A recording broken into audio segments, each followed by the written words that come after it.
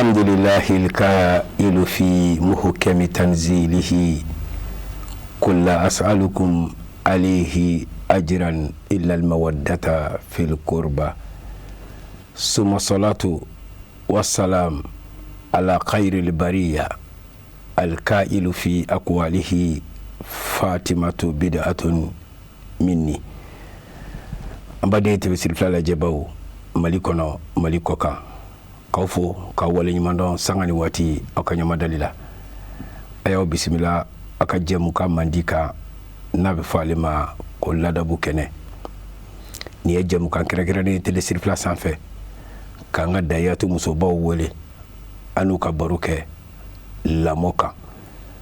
jangoni wati bayna amel la mofa ale de muso sanuma ambi alika anniversaire hukumu kono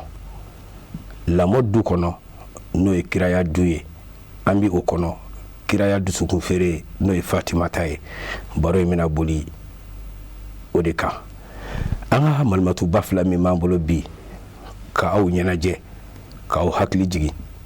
ka dɔ fara an ka limaniyaw kan o ye ne kini fɛ madame Dumbiya mama Sila Dayatu musoba don min sigiyɔrɔ bɛnnen don Bamakɔ Jalakɔrɔbugu ma malimatu salamu alaikum. Wa alaikum salam wa rahmatullah. Kori basi na. Basi foyi kalandenw. Basi t'u la. Bismillah. Sa. Alhamdulillah. An ka malimatu filana ni baro in kɔnɔ o ye min bɛ ne numan fɛ Aja Mariam Alama kɔnɔ Dolo Dayatu musoba don min sigiyɔrɔ bɛnnen don Bamakɔ Bankoni ma. Malimatu salamu alaikum. Wa alaikum salam wa rahmatullahi wa barakatuh. Kalandenw bɛ di. Alhamdulillah. Sigiɲɔgɔnw bɛɛ. An bɛɛ b'Ala tanu. Kori basi. Tɔɔrɔ si t'an na. Ayo bismillah. Alhamdulillah. Malimatu ka foli kɔma seginne anu bɛna don Alakira ka du kɔnɔ du min ka fisa ni du bɛɛ ye ka don Alakira denmuso sanuma ale ka nakɔ foro kɔnɔ ka baro kɛ ni aw ye Alakira ye muso min yira k'a dusukun feere don ka yira muso min kanuni o ye ale kira kanuni ye muso min dɔgɔyali ye kira dɔgɔya n'o ye Fatima ye Fatima an y'a dɔn kira den don kira dusukun feere don Seydina Ali furumuso don baro bolila nin bɛɛ kan a Fatima yɛrɛ a ka kɔnɔnajɛya la a ye kumakan dɔw fɔ min kɛra walanda ye a mɛbagaw n'a yebagaw fɛ o don walanda don ne ni aw bɛɛ lajɛlen maa o maa bɛna kumakan ninnu lamɛn an bɛna dɔɔni fɔ aw ye Fatumata yɛrɛ ka o kumakan sanuman dɔw la malimatu mama Sila i tɛ dɔ fɔ an ye ne muso ba in a ka kumakan sanuman dɔw la bilasirali ka la wa inshallah Usazu an bɛ fɔlɔ ka Ala fo ale min sɔnna an ka ɲɔgɔn sɔrɔ ni teleso nɔrɔma in kɔnɔ o kɔfɛ an bɛ sababu ɲuman fo Sherifu Usman Madani Haidara k'an lajɛbaga bɛɛ fo Mali kɔnɔ Mali kɔ kan ka aw yɛrɛ tele baarakɛlaw fo wa ni an sigilen don kɛnɛba min kan n'o ye Rasul alayhi salam ale denmuso sanima min n'a ka fisa diɲɛ muso bɛɛ ye wa lahara musow fɛnɛ ɲɛmɔgɔ don Fatima Zahra alayhi salam an bɛ Ala de deli Ala k'a nafa n'o barika ye Musa ka ɲininkali Fatima ka bilasirali ka ca a ye min kɛ silamɛ musow la Fatima ka bilasiralikanw ni ko i b'a fɔ a tɛ ku fɔli la sabu ka d'a kan ɲɛnamaya yɛrɛ bɛɛ ye Fatima ka bilasirali a taabolo ɲuman o la a ka bilasirali dɔ Fatima ko a ko in kunta ta'amal bima amarnaka وتنتهي عما زجرناك فأنت من شيعتنا أكو olu ye yamaru min na o kɔrɔ alibaitu bɛɛ de don sabu ninnu nana ɲɛnamaya la bilasirali de kama sira ɲuman ko ale Fatima o ye yamaru sira min na n'i ye baara kɛ n'o ye o y'i bali min na fɛnɛ i y'i yɔrɔ ma janya o la k'i y'olu ka jamakulu dɔ de ye Allahu akbar jamakulu min ni Ala sɔnna k'i tugu o la i ka jini ɲɛna i ka lahara ɲɛna Fatima y'o de ɲini an fɛ o kɔrɔ wa Fatima y'o min fɔ de aw ni ne fanga do nunu de Israel aw ni Allah subhanahu wa ta'ala ce ka barake nu ka kuma yi u yan balimina ko toy o de Israel am se ala so wasira minga nan ko do nunu ga ya marula usazi la nyini mi nyene maya ko na tiso sabu ni nyene maya firigale tuma bara makeni nunu ga ya marui ima ya Allah subhanahu wa ta'ala ko Qur'an ko no tuma mina rasul alayhi salam ahamina na leti manto mina ke chuguti sabu ni ya takalaje depuis rasul raklela ko do commencer ka firike na hamina na leti bina ke chugudi ako Allah subhanahu wa ta'ala ko ama ako inna ma anta munzirun wal kulli qaumin hadi ako Muhammadu ne ci e bagabali kelade ka mogo bagabaga ko boy jugumana ko bla sira nyumanka ako nga jama ku fengo fe no bina ni kanda badi mamalu manto kanda ba o ye arasulu bonawde ni fe ka kanda sira nyumani ni arasulu bonaw ka sira wi amarumina kika tanwi ni bali fengo fe na iyoroma janya ka bo ula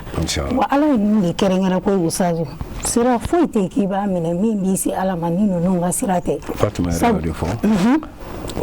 uya nyamarani mi awa ango ke uya fatani ka bo mi na durango to sabo de sira nyumai alisa ina ya Allah subhanahu wa ta'ala ba fo ya alam haisu ya jalu risalatahu ayin nabi ma ya bla chidanya bla nunu nga bonda dira depuis nabila Ibrahim kana se rasul mazuri ya ta ba'duha min ba'd donc oyu de ba don be donc nous les ambla sira nga tukula uya fatani ka bo mi na duranga yoroma jenyula rasul alayhi salam alayhi wa fanya ko kala rasul bi fen fla de to ambulo nani minani ko makante fli nyana maya ko ante fli anga nyana maya la wadile refina ante fli o fen fly dumenya ko ala ka qur'ani parce que alu baytu bi baraka ni qur'ani de lu bi jini yoro bi baraka ni ala ka kuma de fen fen be ala ka kuma contrôle olu yo bla donc ni ka sira mi doro afo ibi ala ka sira de ka ako ni baraka ale ka olu yi blamina ni baraka no doro ki te fli nyana maya kono o ale somogo ani ala ka qur'ani ali baytu ka tasira ni fly inshallah Fatima ye anyamol no de wa Fatima ko fe fuga ta dugu kolo milega afon fe bina ni be Fatima bona de minu mina ala ka sira jele jira aw nyela wala wajibu do silame beka tanke ko no ki daledo alala ki daledo rasulullah Allah subhanahu wa ta'ala wodi ni na anfe inshallah ta'ala kama fo ni na anfe rasul somogo no ne anga tugulula wala ni ka kuma o tuguli wajibu islami ma beka mo mi mako du kala la ni mako be la harala ala ka hakili mi mandi amin Allah ta'ala Fatima kani kuma kisai ni be erfla barota ka fo ulu kira somogo ni bi ulu fe o ya nyamara ni minye anko de waleya herebe nyumambe ya fatani ka bo fen ma anka jewo de ka halno karan ni kan fen ulu kanuni o de ba yira ki ulu kanu ala kan nafa no no fetu ko barkai seda Mariam aja ala makono dolo amesen kana ino fe ambe kira ya du kono Fatima ta inshallah kira de musodo odona yali Fatima ta ere abunyali akanuni o hukumu ye jume dina kono yali kira ya shuka bla o fenalawa alhamdulillah alhamdulillah القائل في محكم تنزيله إنما يريد الله ليذهب عنكم رجس أهل البيت ويطهركم تطهيرا نايني آية نجي أمي بنيا بني تاسيكو بايا كونو ala ya ira kira la kafo kabe fede kan no wata ka bo abonauka aka so dungew ola tafsiri be dawi era ba fanya na ko ni aya inaje amba ye ka fa kerengere lindo ne mugo duru de duru na kira ere ne mani kisibe ana so dungew kuma mina ne ala ya kanu aye Sayyidina Ali alayhi salam no ya bina kedenye kafara Fatima Zaraka ambo muka kena kan sisa ani adin flow no ya Lasan wal Hussein alayhi salam olude kafura biri fini ko ala ka soroka ni aya jigi ka ira ka fo abe feka nunu sania de sania dam bela jelena ola ne aya in kerengere lendo ka nyesi Sayyida Fatima alayhi salam anaka so dungewma osa ni anya ne ga ka fo kira ye bonya ku fa kan walma kiti jumembala ale kuranɛ kɔnɔ an b'a ye k'a fɔ aya de ma kɛrɛnkɛrɛn Fatima Zahra kelen kama mais aya fɛn o fɛn jiginna alu beytiw tɔgɔ la Fatima Zahra a niyɔrɔ b'a bɛɛ la ka fara a cɛ ni a denw kan an bɔra ka aya mun kalan sa o y'a dɔ ye n'o ye ayatul mawadda ye ka taa se ayatul tatihiri ma ka taa se ayatul mubahala nin bɛɛ Fatima b'a yɛrɛ sɔrɔ a kɔnɔ o la ninnu bɛɛ tafsiri de b'a yira ani hadisaw b'a yira k'a fɔ ko ninnu fɛn o fɛn kɛra aya ninnu fɛn fɛn jiginna a bɛɛ jiginna Fatima Zahra Sayyidina Ali Al-Hasan wal Hussein n'a sɔrɔla wagati b'a bɔ an ka se ka aya ninnu kalan o la ayatu tatihiri Fatima ta yɛrɛ Fatima a kanuni o bɛ n'a fɔ o ye jagoya de ye bon Fatima Zahra kanuni kɔni ni ko kira ye kira de ye ka kira ye ni kɔni sɔnna kira ka cidenya ma dɔrɔn Fatima Zahra kanuni wajibi bilen de don i kan silamɛ kan silamɛ bɛɛ lajɛlen kan a juguyali dun a juguyali ko b'o la kɔlɔlɔ b'a la kɔlɔlɔba o sa ye Salman Farisi ma dɔn Salman Farisi kira ka sahababa don a lakodɔnnen don Salman Farisi b'a fɔ an ɲɛna ko kira ko ale ma ne ma ni kisi b'a n'a so dungo ye man ahabba Fatimatu ibnati fa huwa fil jannati ma'i ko ni mɔgɔ min y'ale denmuso Fatima Zahra kanu k'a dɔn k'a fɔ o tigi y'ale sigiɲɔgɔn de ye aljina kɔnɔ a kanuni awɔ Allahu akbar wa an filɛ nin o kɛnɛ dɔ de kan ne n'i y'a ye b'a kanu i ka se k'a dɔn jɔnni yɛrɛ don parce que alu beytiw ka kisa n'an y'a lajɛ an b'a ye k'a fɔ a bɛ ka ɲɛnamaya sisan o de bɛ k'a to mɔgɔw bɛ ka bɔ u ka kow kalama ka se k'a dɔn Fatima Zahra yɛrɛ ye jɔnni a jɔyɔrɔ ye jɔnni Al-Hasan ni Al-Hussein yɛrɛ an tun b'olu tɔgɔ mɛn mɔgɔ yɛrɛ t'a dɔn k'a fɔ ko kun kɔrɔbayara donc ka se ka Fatima Zahra yɛrɛ dɔn a kofɔli o de b'a kanu don i la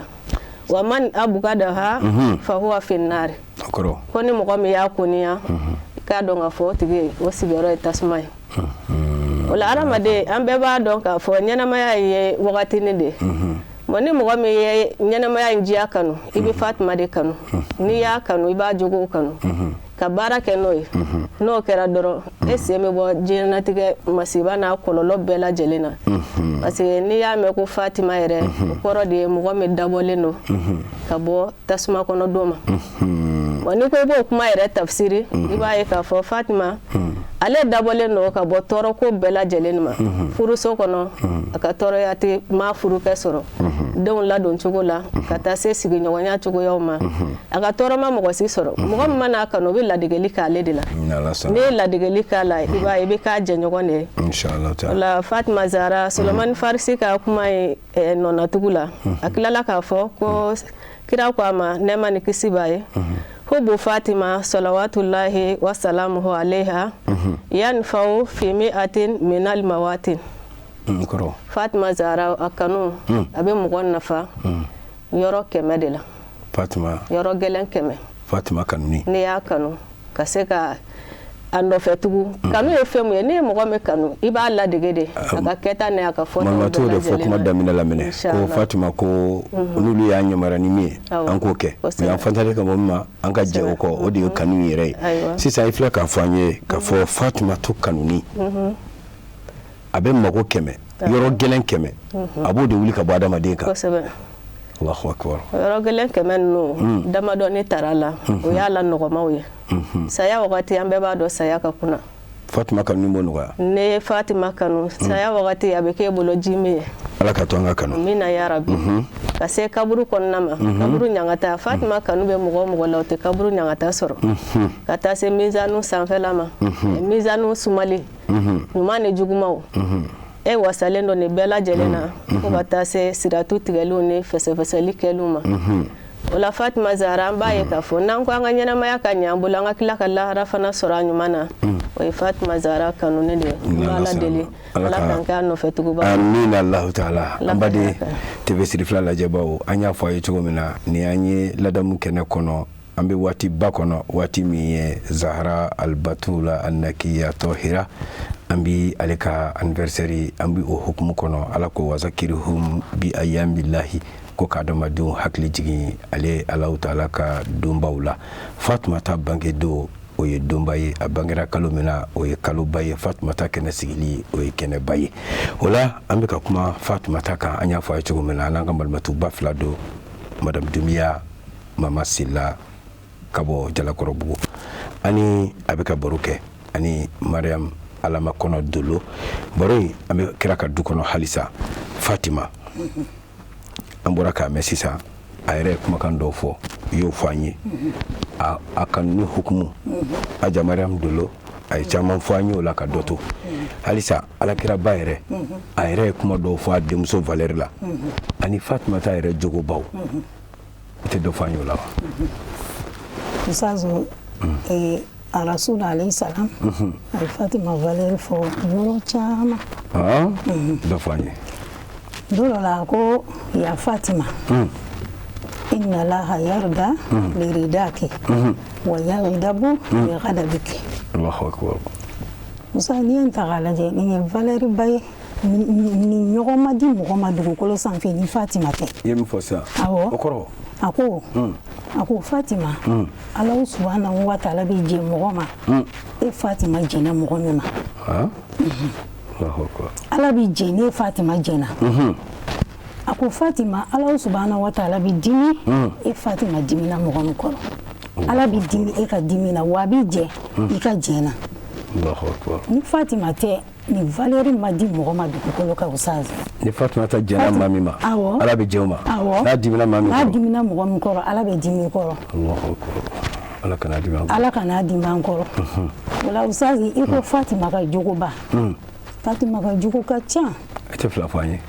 Usazi ni silamɛw surtout silamɛmuso n'anw tun ye baara kɛ ni Fatima jogo ye an ka ɲɛnamaya bɛ cogo min wallahi ɲama an tɛ ten cogo di parce que a ye bilasirali minnu kɛ n y'a fɔ kuma dama ale ko n'a y'a ɲamaro min a ka bilasiralikanw n'a sɔrɔ an tun ye baara kɛ n'o ye ani ka jogo ninnu fɛnɛ ka baara kɛ n'o ye i b'a dɔn seere y'a fɔ hadamaden kanu dɛ fɛn saba de b'a sabati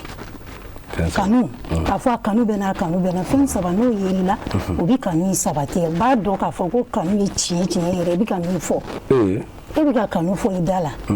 i dusukun b'a sabati tiɲɛ na kanu bɛ na mais nin bɛɛ kɔ dɛ kɛwale de bɛna yira ko kanu in ye tiɲɛ ye kanu ye dusukunnasiri dalakumali kɛwale ni sabatira a bɛ dɔn k'e ye kanubaga yɛrɛ yɛrɛ o de kosɔn ne ko n ko n'an ye ni baara kɛ ni Fatima ka kuma ye diɲɛ tun ye lafiya kɛrɛnkɛrɛnnenya diɲɛ muso sabu n'i ye fitini fɛn o fɛn bɛ diɲɛ kɔnɔ n'i y'a ta k'a lajɛ a caman y'an muso ye dɛ an ka kɛwalew Usazi Fatima juguba dɔ tun ye maloya ye o bɛ s'a mɛn Fatima tun ye maloya kojugu Fatima ɲɛnama tun bɛ maloya hali ka taa se Fatima su Fatima bɛ ka maloya a bɛ ka hami parce que tuma min na hadamaden fatura e ka ko bɛ mɔgɔ wɛrɛw de bolo Fatima bɛ ka hami a ka sutura la Fatima ko don dɔ la Asimaw ma a ko Asimaw ne Fatima ne bɛ ka miiri tuma min na ni ne Fatima fatura u bɛ na ne ta cɛw ka bɔ ni ne ye tile fɛ mɔgɔw ka ne ye ka sɔrɔ foyi tɛ ne Fatima na kasange kɔ Allahu akbar Allahu akbar Musa e ka nin miiriba ni Fatima su bɛ ka miiri n'o ye mais anw dun e k'anw lajɛ bi Asma ko a ko subhanallah a ko mɔgɔ min fatulen ale bɛ ka maloya a fatulen kasangelen fo fini duuru de b'a la kasange ale bɛ ka jɔ ka maloya la mɔgɔw ka n'ale surtout cɛw donc anw dun Fatima yɛrɛ de ye maloya so ye awɔ Fatima kabako de don wa maloya yɛrɛ de ye fɛn bɛɛ muso la n'o bɔr'i la dɔrɔn musoya tiɲɛna filanan fɔ an y'a ka ko la dɛ Fatima ka jogoba filanan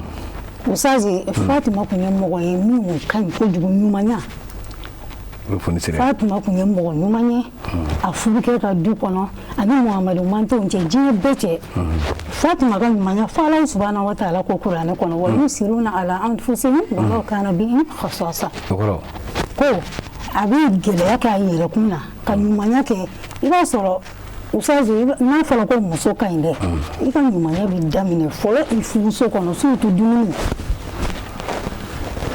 o ye fɛnba ye muso la Fatima tun bɛ dumuni jɛ a yɛrɛ la hali n'a ko b'a ye de hali n'a ko b'ale denw ye kuma b'u la a b'a jɛ o la k'a di mɔgɔ wɛrɛ ma a b'a dɔn a ko bɛ ninnu ɲɛ mais Fatima b'a yɛrɛ jɛ a la k'a di o tigiw ma Fatima ka hami bado kunyeni la salama be maluya abi mayake aka ko kulana ada warala tuguni waiti imuna to ama ala hubbihi miskinan wa yatiman wa asira Fatima ka bara kunye fantam la dumini miskina ni bali bolale ti jora ira tawla da bi joro mo ko wera dura mamadu manto ni mako bala Fatima ba ji olude ma wala Fatima ka jogoti se ka foka ba Fatima kunye muso mi manya ka fu so kono blani kala kundo Fatima kunye yere majigina usazi ko sebe ye kuma la sunya na doni dogo la Fatima ko sidina lima parce que ka fiye Fatima ne ko ni muso e baraka na Fatima ma Valérie jira ka fu so kono ni ala salama di muso do inshallah taala amsin kana inna fa wala seda madam ala kono dolo Fatima ala kira kuma bacca man fo ala aka fasamanti yawla ayra jogo bawla e ka fla fo anyeta alhamdulillah sai amma dam ne seda Fatima ka fasamati am e ka don fo ala ya le kerengere abalima muso uchela ka kila ka kerengere nabi nyuma de fana chela abla ala ibunya mun kai an ko make muso ye kabini nabi nyuma de na mate muso to ma orila ane amba Maryama alayhi salam ano jera to ko kilena no e batulu amba Maryama ale kunye muso muga sanu afora ko akilela muso be oluka muso nyamaga rido batuli abanga njumene batulu korodi muso muma jeli anyana fi na fam muso mi sanera ka bo banga jeli wolo jeli ma kama ni amba Maryama o jera o togoina ala kira kumba fo ne man kisibae ko fat amba Maryam oye nisawil alamina akile muso bela nyamogodo Fatima Zara ale de muso o fana ye muso bela akile muso bela nyamogo ani muso munu temena kata se fojian labama inshallah wala mbaye ka fo Fatima Zara ale fusamati ya bunyana se amba Maryam ale dana akile muso la Fatima Zara ale ka fusamati ya nana fogata se jian labama ina fa yere fla kana kan tuga mun wa mikla kan ko do fana kata kati wala Fatima Zara alayhi salam ni aka bunya ulaje bunya ukacha ko sebe abulo ala kira munu fanyana ako amadono la oye ala ka kuma ka yere de nema ne kisibaye ala kira ko inna allaha azza wa jalla Fatima ibnati Fatima wa waladaha wa man ahabbahum minan nar ni ala jamba e ka fo ko mo e Fatima Zara kanu ka be ajuguma ka keta uke ka ladege anyumana ala be dabo tasma ko no dona ina fo nyo fie ma temele na tuya muna ola Fatima Zara ka bunya otise ka fo ka ba